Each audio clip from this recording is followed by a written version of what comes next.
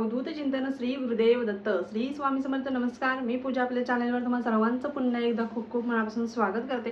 तुमच्या सगळ्या इच्छा स्वामी महाराज लवकरात लवकर पूर्ण करत ही स्वामींची प्रार्थना करते व आजच्या आपल्या व्हिडिओला सुरुवात करते। अधिक मास सुरू आहे, पुरुषोत्तम मास, मलमास किंवा धोंड्याचा महिना अशा विविध नावांनी हा महिना ओळखला जातो।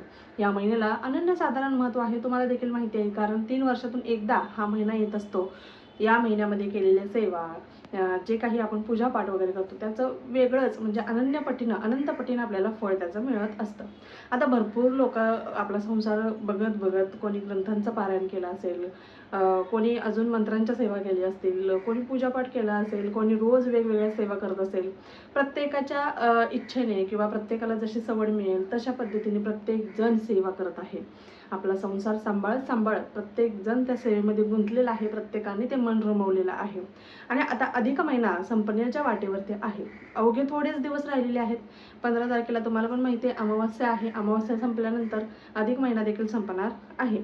तर अधिक महिना संपण्या अगोदर आपल्याला या गोष्टी करायच्याच आहेत आणि ही गोष्ट अतिशय महत्त्वाची आहे, कारण या महिन्यामध्ये ही सेवा जर तुम्ही केली तर तुम्हाला अधिक महिन्यामध्ये जेवढ्या सेवा केलेल्या आहेत आत्तापर्यंत तुम्ही त्या सगळ्यांचं फळ लाभणार आहे। बघा, अधिक महिन्यामध्ये ज्या प्रकारे धोंड्याचा महिना म्हटला जातो, लेक जावयाचा सन्मान केला जातो, लेक जावयाचे लाड पुरवले जातात, त्यांना वेगवेगळ्या प्रकारचे भेटवस्तू दान केल्या जातात, दिल्या जातात। ज्या प्रकारे हा महिना पूजापाठ करण्याला, व्रत वैकल्य करणाऱ्याला महत्त्व आहे, त्याच पद्धतीने हा महिना दानाला देखील तितकाच महत्त्वाचा आहे। या महिन्यात आपण पूजापाठ केलं, सेवा केल्या, भरभरून आपण सगळं पुण्य आपल्या पदरात पाडून घेतलेलं आहे, पुण्याचा बँक बॅलन्स आपण वाढवलेलाच आहे। पण या महिन्यामध्ये दानाला देखील महत्त्व आहे। आता बघा, 33 वस्तूंना या महिन्यामध्ये अतिशय महत्त्व आहे। 33 या संख्येला या महिन्यामध्ये अतिशय महत्त्व आहे, तुम्हाला देखील माहिती आहे। 33 आपण लेक जावयाचा धोंड्याचा महिना जरी साजरा करत असू तर त्यांना 33 बत्तासे, 33 अनारसे आपण दान करत असतो। त्याच पद्धतीने 33 दीपदान आपल्याला करायचे आहेत।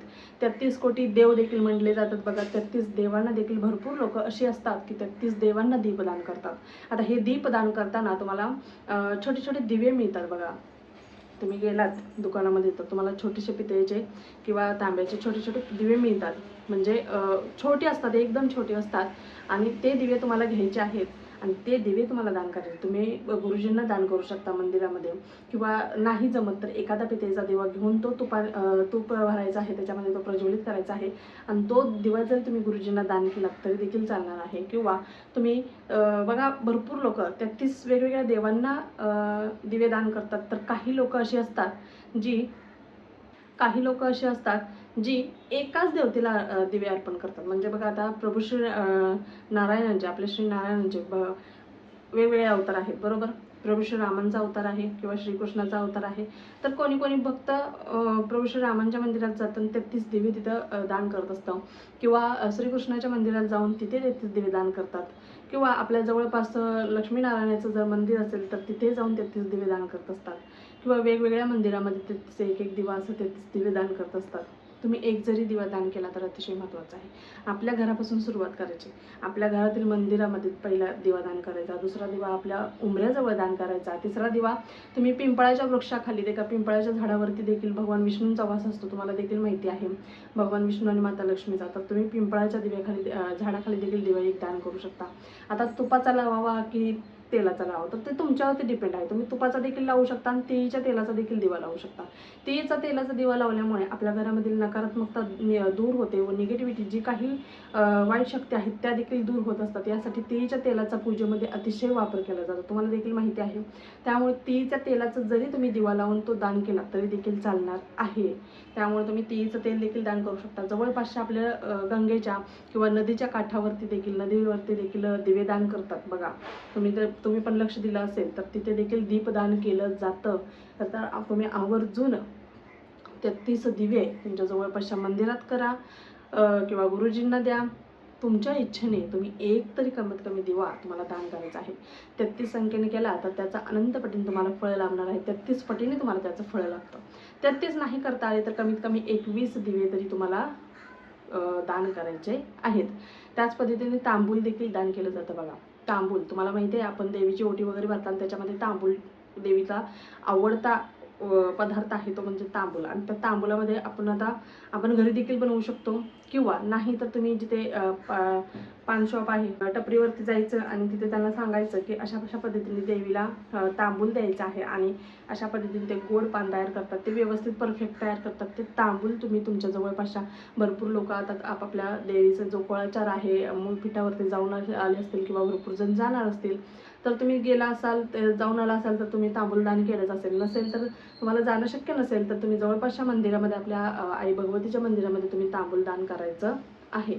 नंतर बघा, गोदानाला देखील महत्त्व आहे. आता गोदान तर आपण करू शकत नाही, ते आता आपल्या हातात राहिलं देखील नाही, तर आपण जे पितळेची गाई व वासराची मूर्ती मिळते ती तुम्ही गुरुजींना दान करू शकता. तुम्ही ती गुरुजींना दान करू शकता. त्यामुळे भरीव घ्यायची, पोकळ घेऊ नका. अशा पद्धतीने छोटीशी मूर्ती जर तुम्ही गुरुजींना दान केली तरी देखील चालणार आहे. अशा पद्धतीने तुम्हाला या महिन्यामध्ये, हा महिना संपण्या अगोदर हे दान करायचं आहे. बघा, तुम्ही अजून देखील दान करू शकता. म्हणजे एखाद्या गोरगरिबाला, एखाद्या वेगवेगळ्या 33 लोकांना, जे बघा गरजू लोकांना कधीही दान करा, त्याचं फळ जास्त पटीने लागतं. तर तुम्हाला नाही मंदिरामध्ये वगैरे करायचं, तर तुम्ही 33 वेगवेगळ्या वस्तू घ्यायच्या आणि 33 लोकांना, 33 गरजू व्यक्तींना तुम्ही ते दान करू शकता. किंवा एकच गोष्ट तुम्ही घेतली आणि त्यांना दान केली तरी देखील चालणार आहे. त्यामुळे दानाला अतिशय महत्त्व आहे. त्यामुळे आवर्जून तुम्ही दान करू शकता. तुम्ही तुपाचं दान करू शकता, तुम्ही गोदान करू शकता. गोदान नाही शक्य तर तुम्ही गाय वासराची मूर्ती दान करू शकता. दीपदान करायचं आहे, तांबूल दान करायचं आहे. अशा पद्धतीने हा महिना संपण्या अगोदर तुम्हाला या सगळ्या गोष्टींचं दान, तुम्हाला जी जमेल त्या गोष्टीचं दान करायचं आहे. दान म्हणजे बघा महादान आहे. त्याचं पुण्य सगळ्या सेवेंच्या पलीकडचं आहे. पाणीसुद्धा दान करतात. म्हणजे एखाद्याला तहानलेल्या पाणी पाजणं हे देखील खूप महत्त्वाचं, म्हणजे खूप मोठं पुण्य आहे. त्या तुम्ही नक्कीच हा महिना संपण्या अगोदर तुम्ही नक्कीच दान केलं नसेल आजपर्यंत तर आवर्जून दान करा. आणि अन्नदान देखील करू शकता. तुम्ही गोरगरिबांना अन्नदान देखील करू शकता बरं का. त्यामुळे तुम्ही त्यांना पैसे देऊ नका, वाटल्यास तुम्ही अन्नदान करा. त्याचं फळ लाभेल, त्यांचंही पोट भरेल आणि तुम्हाला त्याचं पुण्य लाभणार आहे. छोटीशी माहिती होती, पण अतिशय महत्त्वाची तुमच्यापर्यंत शेअर करायची होती. व्हिडिओ आवडला असल्यास व्हिडिओला लाईक करा, शेअर करा, सबस्क्राईब करा. पुन्हा एकदा अशाच एका नवीन व्हिडिओसोबत. तोपर्यंत झालेली सेवा स्वामींच्या रुजू करते. श्री स्वामी समर्थ. धन्यवाद.